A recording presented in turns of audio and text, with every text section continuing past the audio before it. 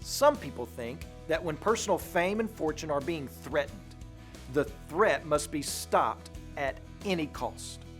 In 1 Samuel chapter 22, Saul believes a big conspiracy is taking place against him. And so he calls forth all the prophets and brings Ahimelech front and center and says, "Why are you joining with the son of Jesse to conspire against me?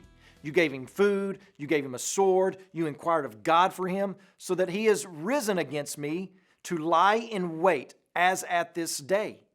Saul is angry at Ahimelech for doing what prophets and priests do. Ahimelech was fulfilling his function as a priest, and Saul is furious at him for doing so. Ahimelech declares not only his own innocence and the innocence of all the priests of Nob, but also of David. And to him and the sacred order of the priest, Saul declares, "You shall surely die."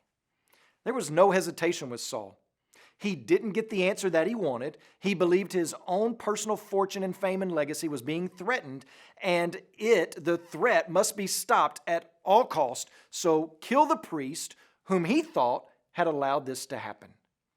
And when Saul called on his servants to execute these men, they refused. And so he cast his gaze on one whom he knew would do it, Doeg. And here's what we find very interesting.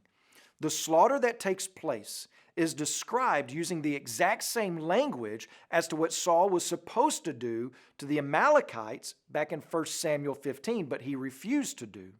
Saul, unwilling to follow and trust the Lord's word to protect and further God's kingdom, willfully, joyfully follows his own word to protect his own rule.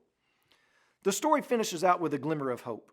One priest escapes, Abiathar, one of the sons of Ahimelech, and he races to David and tells David what has happened.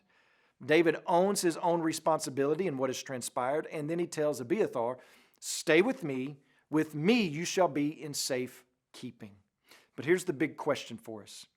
Are you one who wants to protect your own kingdom and rule at any cost? Be careful.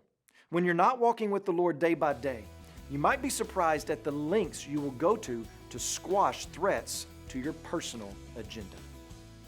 As you pray today, please remember Christian Martinez and his family, our missionaries in Romania. And also remember the Karanji Life Word broadcast that's heard throughout Tanzania.